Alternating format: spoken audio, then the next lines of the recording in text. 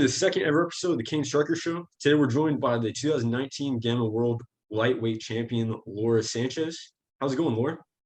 I'm doing great. How about you? I'm doing good. So we're about 11 days out from your fight with Taylor Guardado. You had your first loss in the PFL. How are you feeling?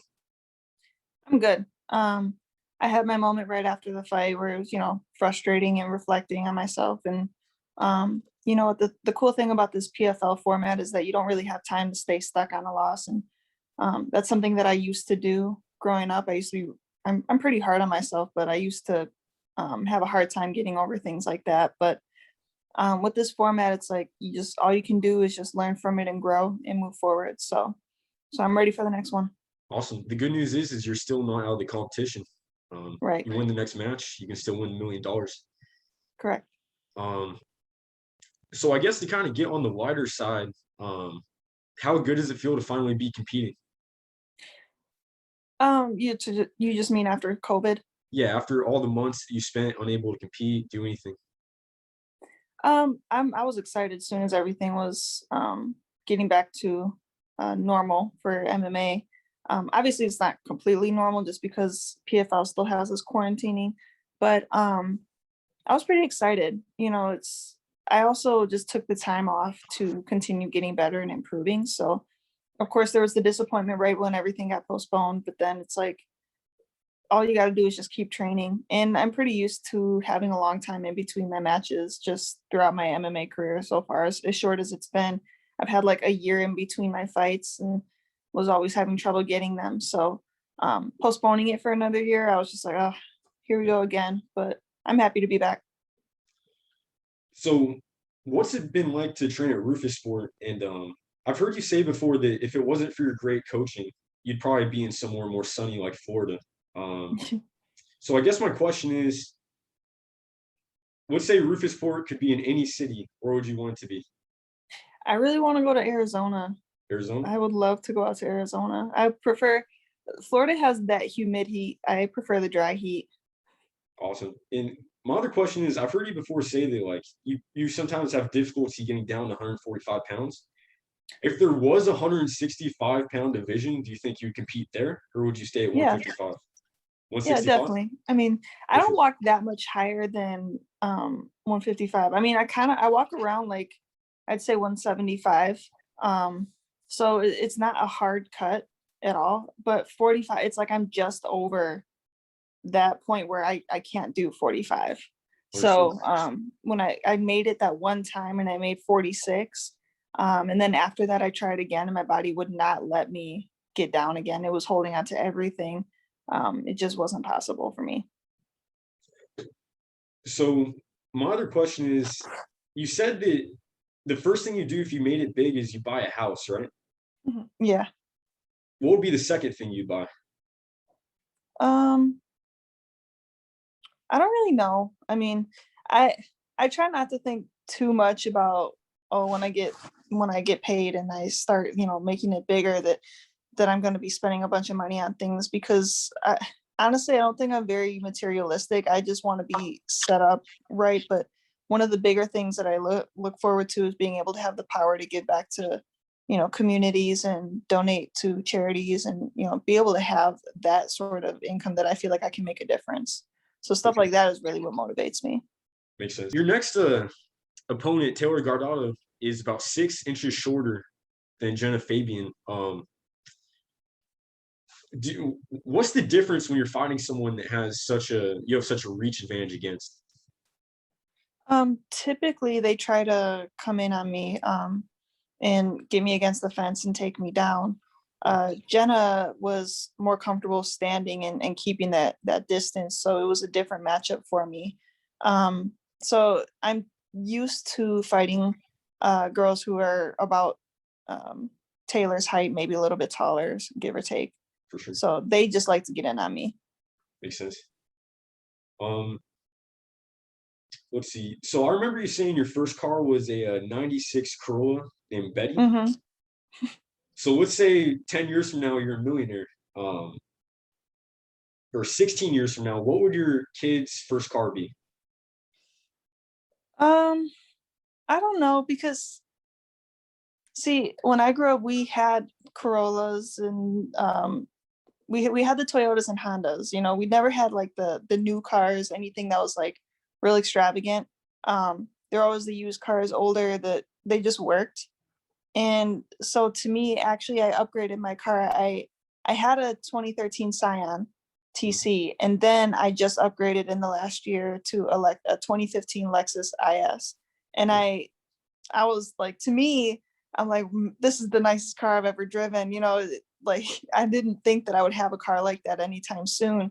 For So sure. when I think about the future of, you know, when I become a millionaire, what am I going to get in the future? I don't even know some of those, you know, those really high end cars. I don't even know the names of them.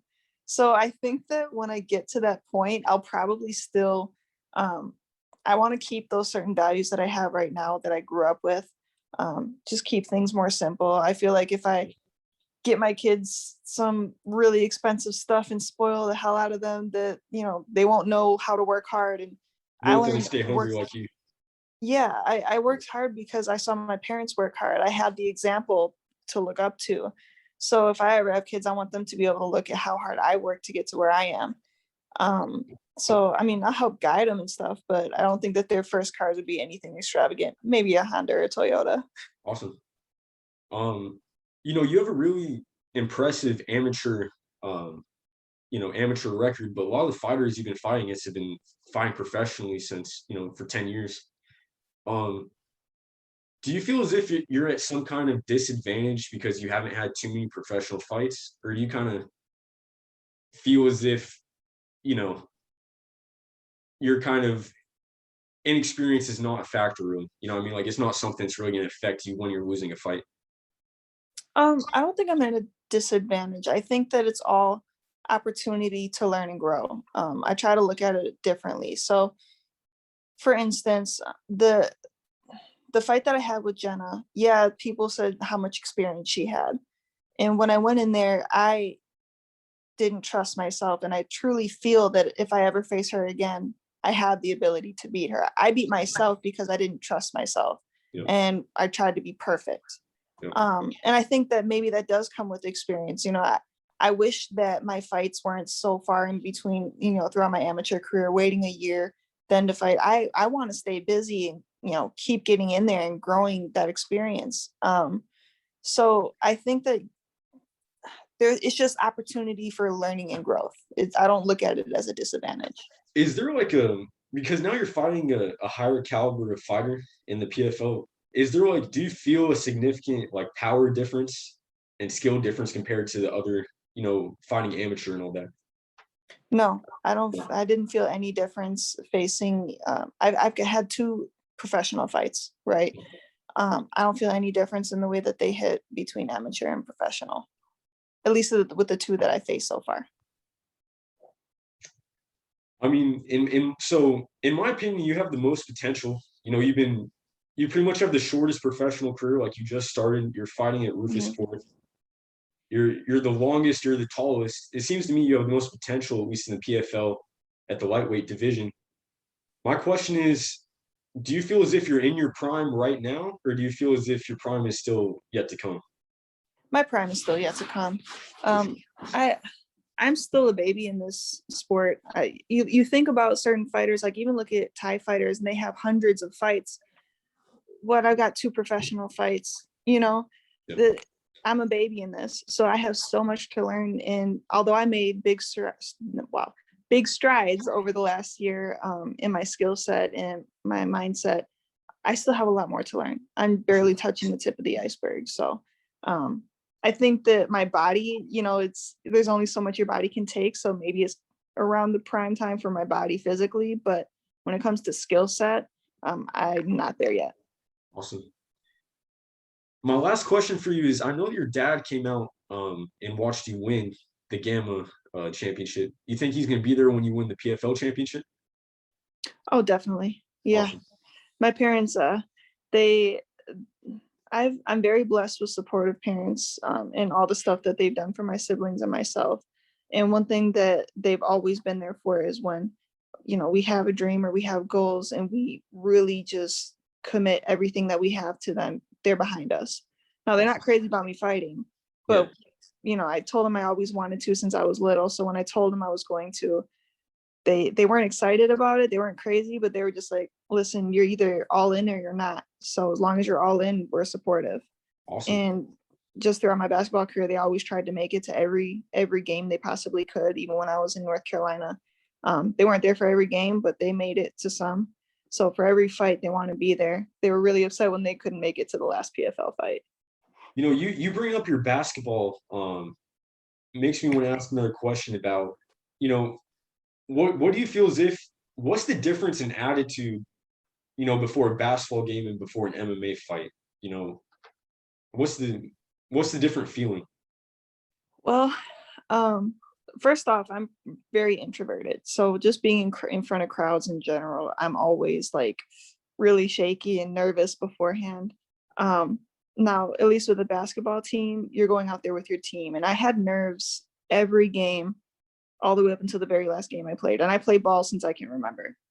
But as soon as you're out there, the nerves go away and you're kind of just concentrated on playing with your team. With a fight, there's no comparison really. You're always nervous. And I don't believe any fighter who says that they're not, because even talking to someone like Duke, who's fought his entire life, was nervous before his very last fight. You know, it's the nerves are there. But you're getting out there and you're not playing basketball. You're not trying to put a ball through a hoop. Someone is literally trying to put you out in front of the world.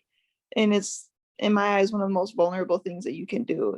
You're either going to whoop ass or get your ass whooped. I guess my last question is, where do you think this spirit, this like warrior spirit came from that allows you to, you know, because it's not a common thing for people to be willing to, you know, go and fight other people in a cage in front of people. You know, not everyone has that inside of them to do it. No, we're a rare breed of people who can do this. Yet everybody, it's funny, I was thinking about this earlier, everyone's a critic when it comes to fighters, but so many people, you know, it's just a tiny percentage of people who actually get in there. I've always wanted to fight. So I would say I was telling my parents I wanted to fight, watched all the martial arts movies, tried to imitate all the moves, begged my parents to put me in the martial arts classes growing up. I've just always wanted to do this. I guess, geez, you keep on just giving me segues to ask questions. So That's okay. I was listening to another interview where you kind of brought up the fact you always watched martial arts movies as a kid, and I don't know how the interviewer didn't ask you what your favorite martial arts movie is. I don't know if I actually had a favorite one. I loved watching so many of them. So many of them I didn't even know the names of. If I just saw something with someone doing martial arts, I just would stop and watch it. Yeah. My brother is only 15 months older than me, so he and I would get into it when we would watch a martial arts movie. We would get into and try the moves, and we always ended up hurting each other. But like, I kind of wish that he had stuck with something like this because he wrestled. He was a really good wrestler, and I was like, if he would have stayed in wrestling, and maybe because he used to be interested in jiu-jitsu, I was like, we could have been like maybe the first brother and sister a while back. You never know. But yeah, I didn't have a favorite, but I did love watching Jet Li. Jet Li? Yeah. Awesome. Well, do you promise that I can get another interview once you do make it into the PFL playoffs? Yeah, for sure. Awesome. Well, thank you so much for taking the time. I truly do believe that you're something special. So thank you so much for making the time. Well, thanks for reaching out. I appreciate it.